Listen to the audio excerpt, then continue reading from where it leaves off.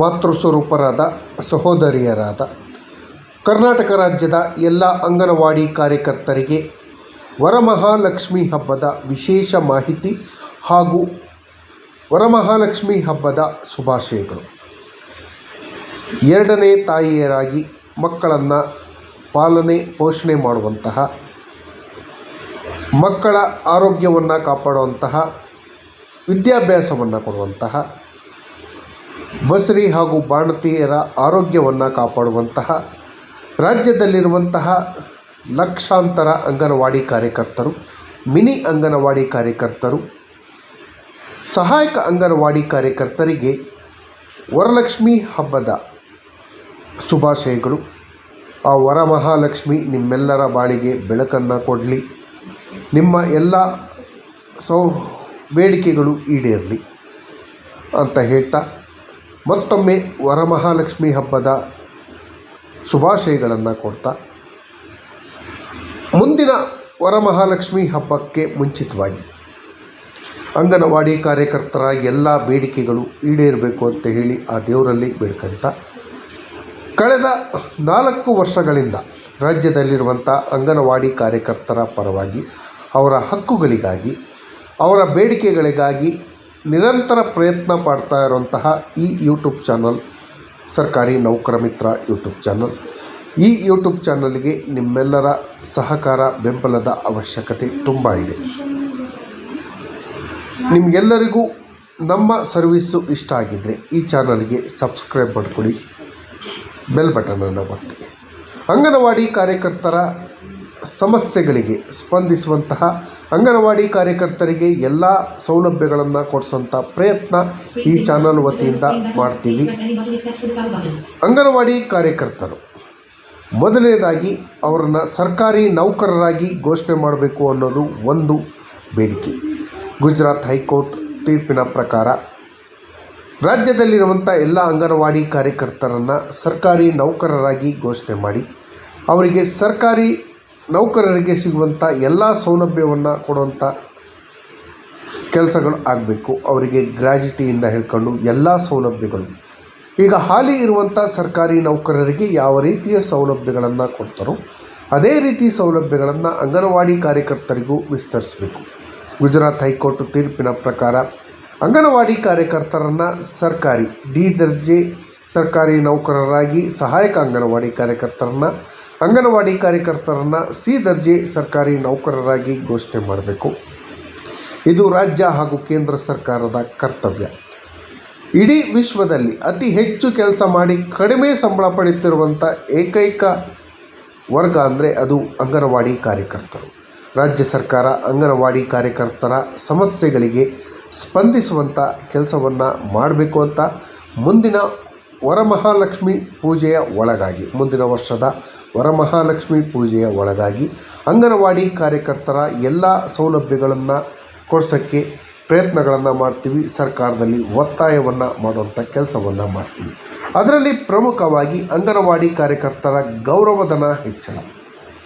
ಕಳೆದ ಚುನಾವಣೆ ಸಮಯದಲ್ಲಿ ಕಾಂಗ್ರೆಸ್ ಗೌರ್ಮೆಂಟು ಪಕ್ಷ 6ನೇ ಗ್ಯಾರಂಟಿಯನ್ನು ಘೋಷಣೆ ಮಾಡಿ ಅಂಗನವಾಡಿ ಕಾರ್ಯಕರ್ತರ ಗೌರವಧನವನ್ನು ಹೆಚ್ಚಳ ಮಾಡ್ತೀವಿ ಅಂತ ಹೇಳಿ ಆಲ್ರೆಡಿ 3.5 ವರ್ಷ ಕಳೆದರೂ ಕೂಡ ಇದುವರೆಗೂ ಗೌರವಧನವನ್ನು ಹೆಚ್ಚಳ ಮಾಡುವಂಥ ಕೆಲಸವನ್ನು ಮಾಡಿಲ್ಲ. ಅದನ್ನು ತಕ್ಷಣ ಮಾಡಬೇಕು. ನೀವು ಗೌರವಧನ ಹೆಚ್ಚಳ ಮಾಡದಿದ್ದರೂ ಚಿಂತೆ ಇಲ್ಲ. ನಾವು ಕೇಳ್ತಿರೋದು ಅಂಗನವಾಡಿ ಕಾರ್ಯಕರ್ತರನ್ನು ಸರ್ಕಾರಿ ನೌಕರರಾಗಿ ಘೋಷಣೆ ಮಾಡಬೇಕು ಅಂತ.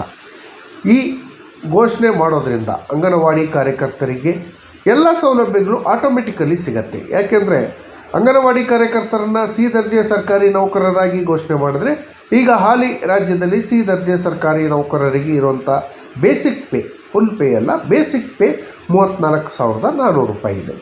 ಅದೇ ರೀತಿ ಡಿ ದರ್ಜೆ ನೌಕರರಿಗೆ ಈಗ ಹಾಲಿ 28,000 ರೂಪಾಯಿ ಬೇಸಿಕ್ ಇದೆ. ಅದಕ್ಕೆ TA DA ಎಲ್ಲ ಸೇರಿ ನಮಗೆ ಸೌಲಭ್ಯಗಳು ಈಗ ಪಡೆಯುತ್ತಿರುವಂಥ ಗೌರವಧನಕ್ಕಿಂತ 3 ಅಥವಾ 4 ಪಟ್ಟು ಹೆಚ್ಚಳ ಆಗತ್ತೆ. ಇದನ್ನು ಫಸ್ಟು ಸರ್ಕಾರಗಳು ಮಾಡಬೇಕು.